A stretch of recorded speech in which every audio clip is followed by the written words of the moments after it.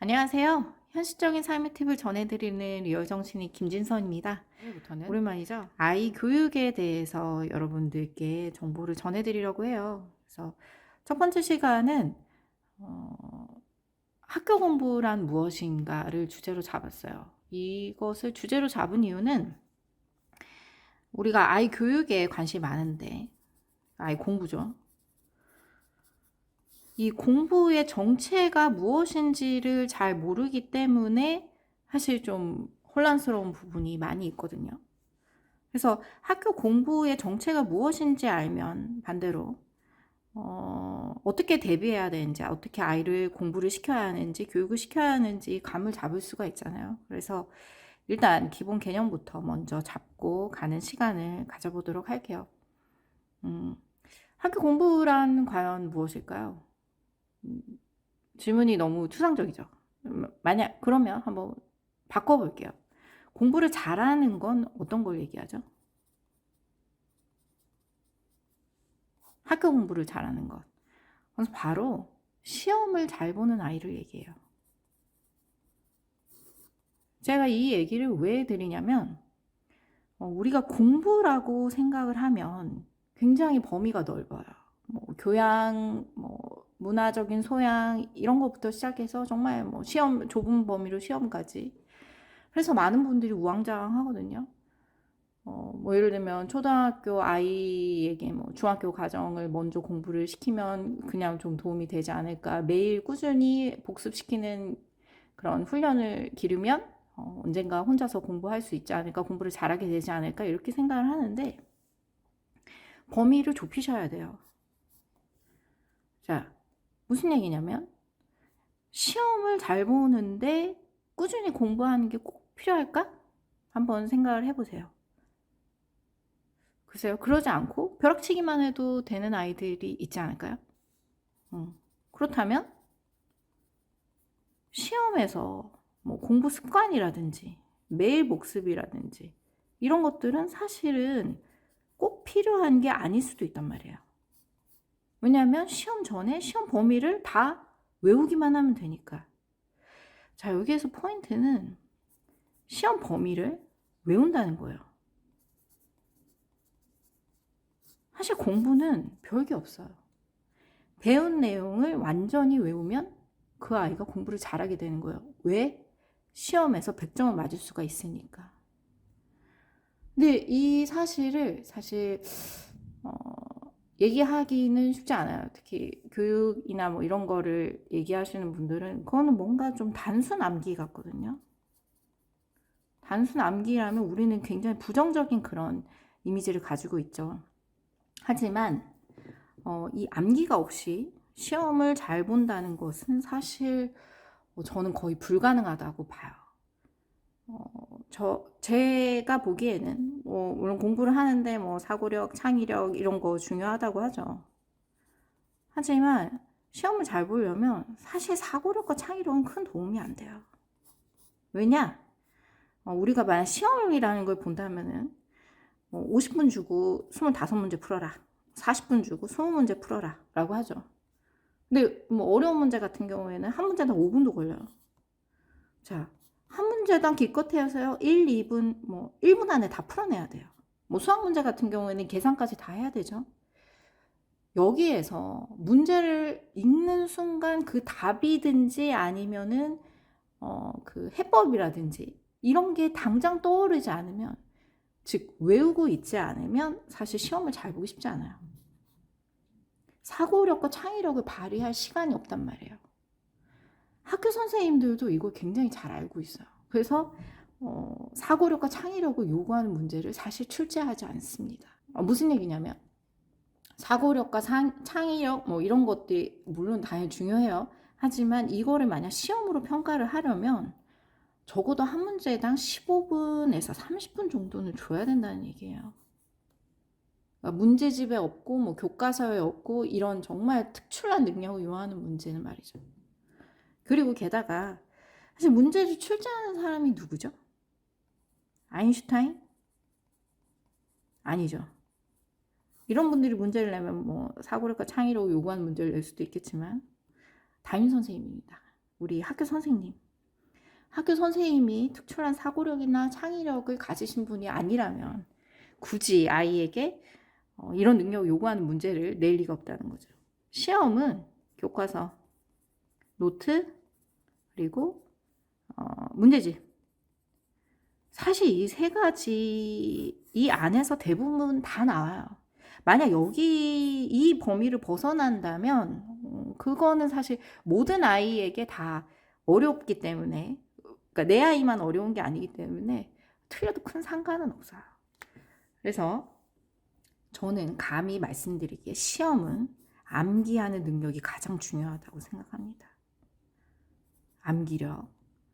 자, 그렇다면 중요한 건 어떻게 그러면 암기를 하냐는 거죠. 뭐 보면은 잘 외우는 아이가 있고 잘 못 외우는 아이가 있잖아요. 그래서 이걸 두고 사실 사람들은 야, 그거는 머리에 달렸어. 많이들 이렇게 얘기를 하세요. 하지만 단순 암기가 꼭 머리랑 얼마나 상관이 있을까요? 물론 초천재들이 있어요. 정말 뭐 한 번만 읽으면 다 외우는 아이들. 이런 아이들에게는 공부가 훨씬 쉽겠죠. 하지만 브레인지 다행인지 그런 아이들의 비율은 글쎄요. 2% 안 될 것 같은데 0.2%? 요 정도 아이들을 제외하면 나머지는 사실 비등비등해요. 지금 여기에서 이 강의를 듣고 계시는 학부모님들 중에 암기력이 스스로 떨어진다라고 생각하시는 분들 얼마나 계세요? 별로 없어요. 그리고 실제로도 그렇고 그 암기라는 것은 사실 두 가지가 있으면 돼요. 시간 플러스 노력. 노력은 이제 뭐 의지, 체력, 인내력 이런 것들을 얘기하겠죠. 노력은 이제 나중에 차차 여러분께 말씀을 드릴 거고, 시간만 있으면 사실 암기는 누구나 할 수 있어요. 예를 들어서 아무리 어려운 영어 단어라고 하더라도 10번 쓰고 외운다. 그러면 웬만한 좋은 머리가 아니더라도 누구나 다 외울 수가 있잖아요. 그래서 중요한 거는 이 시간을 어떻게 확보하느냐. 사실 여기에 다 달려있어요. 공부를 잘하는 아이와 못하는 아이는 머리가 아니라 시간을 어떻게 효율적으로 활용하느냐. 사실 여기에 달려있어요. 무슨 얘기냐면 머리가 좋은 아이 2번 읽으면 될 거를 나는 10번 읽으면 외울 수 있다라고 하면 10번 읽을 시간만 확보하면 사실 누구나 다 시험을 잘 볼 수 있다는 뜻이에요. 제가 사실 의과대학에 입학을 했을 때 주변 사람들이 이렇게 얘기들을 하셨어요. 인재들이 의과대학이 아니라 이공계 이쪽으로 가는 게 참 좋다. 왜냐하면 단순 암기는 머리가 솔직히 별로 좋지 않은 사람들도 할 수 있는데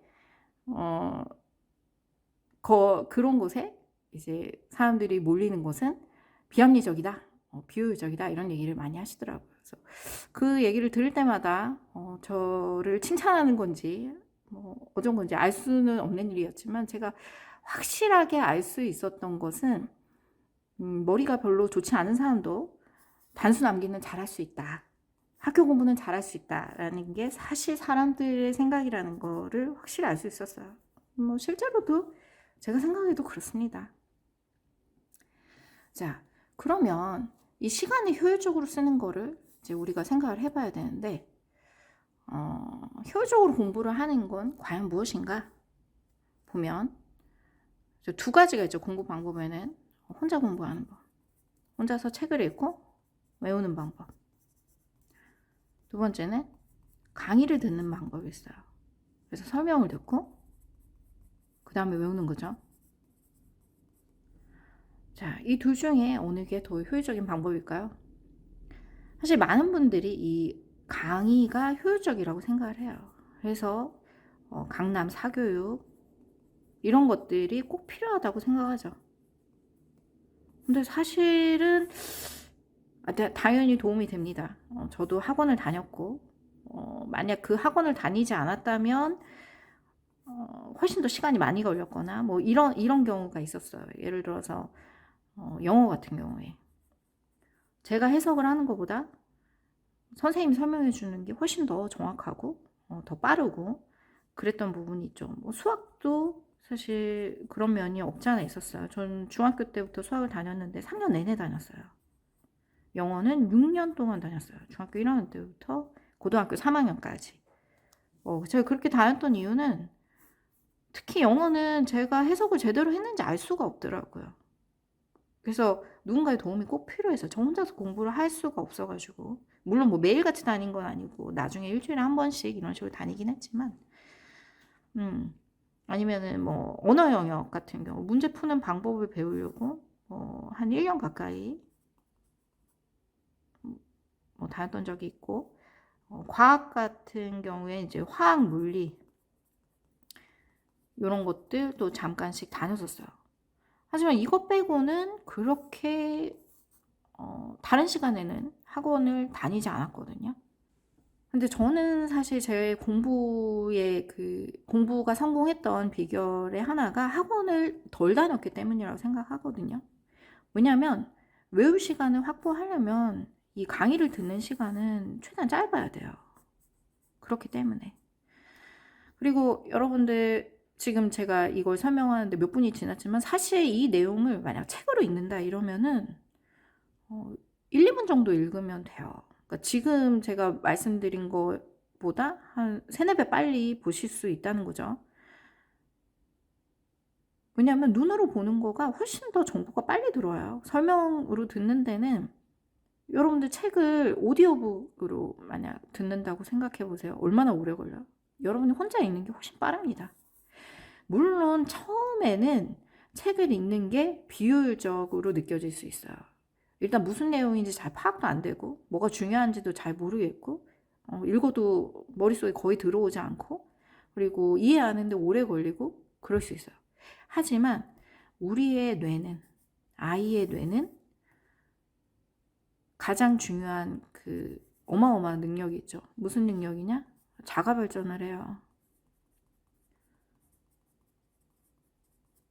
무슨 얘기냐면 어떤 그런 그 기능을 한 번 쓰기 시작하면 반복해서 쓰면 점점점 달인이 된다는 거예요. 여러분들이 회사에 처음 갔을 때를 한번 생각해 보실게요. 그때 회사에서 뭐 돌아다니는 그런 뭐 문건들이나 아니면 배워야 될 것들, 뭐 문서들 이런 거 읽는데 굉장히 시간이 많이 걸렸단 말이에요. 읽어도 무슨 내용인지 잘 모르겠고 뭐 중요하다고 생각해가지고 보고서 써가지고 갔는데 맨날 혼나고. 하지만 한 6개월쯤 지나면 어떻게 돼요? 이제 읽는데 거의 절반도 안 걸리죠. 한 1년쯤 지나면은 그냥 표지만 봐도 대충 내용이 뭔지 알아요. 그냥 쓱 보고 요약도 하고 남한테 심지어 발표도 할 수 있어요. 그런 식으로 우리 뇌는 정보를 많이 처리하면 처리할수록 같은 작업을 반복할수록 속도가 빨라집니다. 처리 속도가. 해서 책을 처음에는 뭐 한 권 읽는데 10시간 걸렸다. 이랬던 사람도 뭐 2달, 3달, 4달 몇 년 읽다 보면 뭐 2시간, 3시간이면 읽게 된단 말이에요. 하지만 강의 같은 경우에는 그 속도를 올리기가 힘들어요. 아무리 빨리 돌려도 1.5배에서 2배예요. 그죠?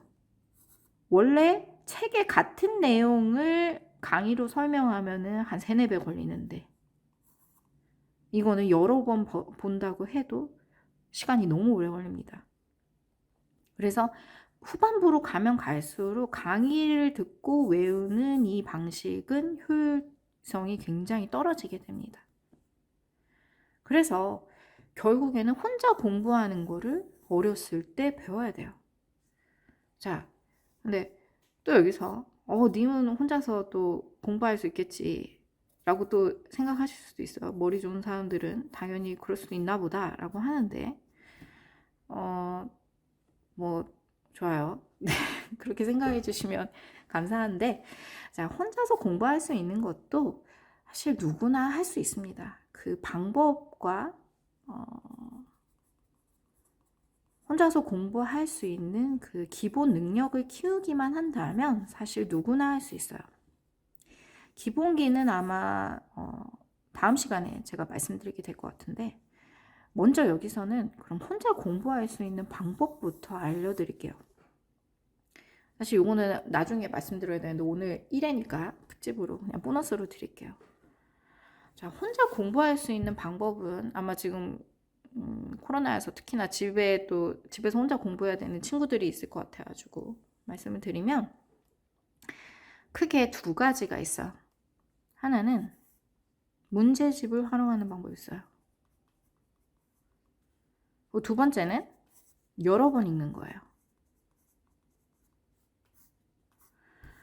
자, 교과서를 처음으로 읽으면 사실 혼자서 공부하기 어렵다고 느끼기 쉬워요. 왜냐면 이해하기가 어렵기 때문에. 근데 교과서는 애초에 사실 이해하기가 어려운 책입니다. 무슨 얘기냐면 얘는 거의 매뉴얼 내지는 그냥 지식을 나열한 책이기 때문에 그래요. 예를 들어서 흥선대원군이 뭘 했고 뭘 했고 뭘 했고 뭘 했고 그때 뭐 또 어떤 사람이 또 뭘 했고 뭘 했고 뭘 했고 그래서 어떤 일이 일어났고 이런 식으로 흘러가요. 이거를 다 외워야 되나? 뭐 이런 생각이 들면서 또 눈에도 막 잘 안 들어오죠. 용어도 익숙하지 않기 때문에 용어가 굉장히 낯섭니다. 지금 현재 쓰는 용어가 아니고 새로운 걸 배우기 때문에 소설책 같은 게 아니죠. 그래서 처음 보면 이해할 수 없어 하고 나 혼자 공부할 수 없어 이러고 이제 강의하는 걸로 이렇게 빠지는데 그럴 때는 가이드 해주는 게 바로 문제집입니다. 우리가 사실 학교 공부를 할 때 최종 목표는 뭐냐면 학교 공부의 최종 목표는 문제를 푸는 거예요. 시험 문제를 푸는 거예요. 그 기출문제, 그 가이드가 바로 문제집이에요. 여러분이 한 권씩 갖고 있는 그 문제집이에요. 그래서 결국 문제를 풀면 되는 거기 때문에 먼저 문제집에서 어떤 게 중요한 건지 감을 잡는 거예요. 그냥 문제를 풀지 말고 그냥 읽으세요. 교과서를 보기 전에 그냥 읽어. 그저 읽어. 그저 읽다 보면 이런 거를 내가 교과서에서 보면 되겠구나 하고 알 수가 있게 돼요. 이게 진짜인지 아닌지, 이 보기가 맞는 답인지 아닌지 한번 확인해 봐야겠다 라고 보시면 돼요. 그리고 교과서를 읽어보세요. 그러면 훨씬 더 눈에 잘 들어와요. 이거 내가 문제집에서 봤던 건데 이게 답이구나 하면서 이제 알 수가 있는 거죠. 자, 그 다음에 문제집을 풀면 어떻게 돼요? 문제집이 잘 풀어져요. 그럴 수밖에 없죠. 애초에 읽고 시작했으니까 뭘 풀어야 될지. 근데 이게 특출난 저만의 비법이 아니라 사실은 우리가 학원에서 듣는 강의 이 선생님들의 교재가 뭐예요? 문제집. 문제집을 보고 이분들이 강의안을 짜가지고 아니면 칠판에서 문제를 풀어주면서 설명해 주는 게 사실은 다예요. 그거를 여러분이 그냥 집에서 할 수 있단 말이에요. 먼저 문제집을 읽고 그 다음에 교과서를 읽고 문제를 풀면 되는 거예요. 교과서가 이해가 되든 안 되든 그건 상관없이. 자, 교과서가 이해가 안 되든 상관없이라고 해서 여러분들 막 당황하실 수도 있는데 전혀 그렇지 않아요. 왜냐? 자, 아까 학교 공부는 뭐라고 했어요? 자, 배운 걸 외운다. 배운 걸 외운다. 그러니까 배운다, 외운다. 이게 다라고 했죠. 여기에서 배운다와 외운다 사이에 이해가 들어가요. 사실은. 학교 선생님이 가르쳐주고 여러분이 이해를 하고 그거를 외우는 거죠. 근데 이 과정이 사실 꼭 필요하진 않아요. 그냥 배운다, 외운다로 바로 가도 돼요. 그리고 실제로 이해가 안 되는 부분도 많이 있습니다. 우리 교과서에서 배우는 주입식 교육. 지식을 막 나열한 다음에 외우라고 하는 거예요. 사실 이거 이해를 교과서를 100% 이해하는 사람이 있을까요? 꼭 100% 이해해야 할까요? 우리가 보는 거는 결국 시험에서 외운 거를 보는데 얼마나 여러분이 잘 이해하고 있는지 구슬로 물어보지 않는단 말이에요. 자, 그래서 문제집을 먼저 보고, 아, 이런 문제 나오는구나. 교과서를 보고, 아, 이게 답이구나. 그 다음에 문제를 풀면 돼요.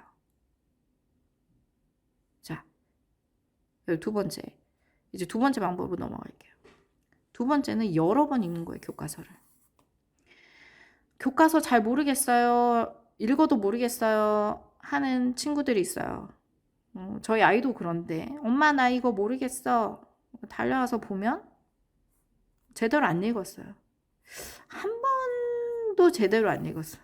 대충 쓱 보고 막 복잡하고 무슨 얘기인지 잘 모르겠고 이러니까 나 잘 모르겠어. 엄마 이거 빨리 설명해줘. 이렇게 얘기한단 말이에요.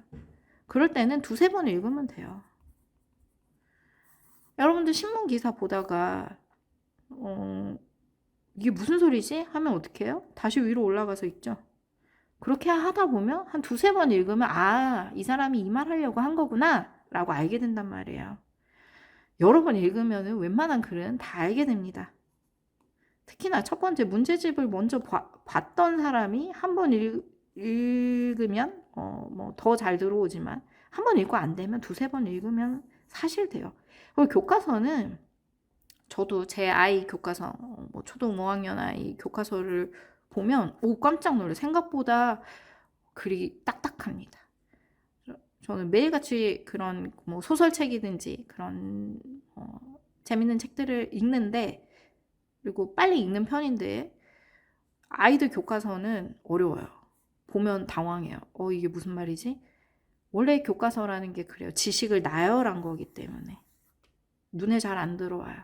우리가 그리고 일상에서 쓰는 용어들이 아닌 그런 어휘들이 많이 등장하기 때문에 그래서 그럴 경우에는 두 번, 세 번 읽어야 합니다. 아이들에게도 이걸 알려주세요. 부모님들도 당황하실 필요가 없어요. 두세 번 읽으면 합니다. 심지어 이해가 안 되는 것도 사실 한 세 번쯤 보면은 대충 알 것 같다는 느낌이 들어요. 우리가 이미 봤던 거기 때문에. 그래서 정리를 하면 혼자서 공부하는 방법은 문제집을 먼저 읽고 교과서를 본다. 아니면 교과서가 이해되지 않을 때는 두 번, 세 번 읽어라. 이렇게 하면 사실 웬만한 사람은 다 공부를 교과서로 혼자서 공부를 할 수 있게 됩니다. 지금까지 혼자서 공부할 수 있는 방법에 대해서 다뤄봤어요. 두 가지. 그래서 다음 시간에는 사실 이 방법만 가지고 또 어느 정도는 되지만 기본기가 그래도 있어야 하거든요. 벼락치기를 하려고 해도 뭐가 있어야 되죠. 빨리 공부할 수 있는 그런 능력이 있어야 되죠. 그 기본기에 대해서 다뤄볼게요. 그럼 다음 시간까지 건강하시고 더 많은 뭐 아이의 교육 정보라든지 육아 정보 같은 경우를 찾아보시고 싶으시면 리얼정신이라고 검색하시면 제 블로그가 나와요. 그래서 이쪽으로 오셔서 구독해 주시면 좋겠습니다. 지금까지 경청해 주셔서 감사합니다. 다음 시간에 만나요.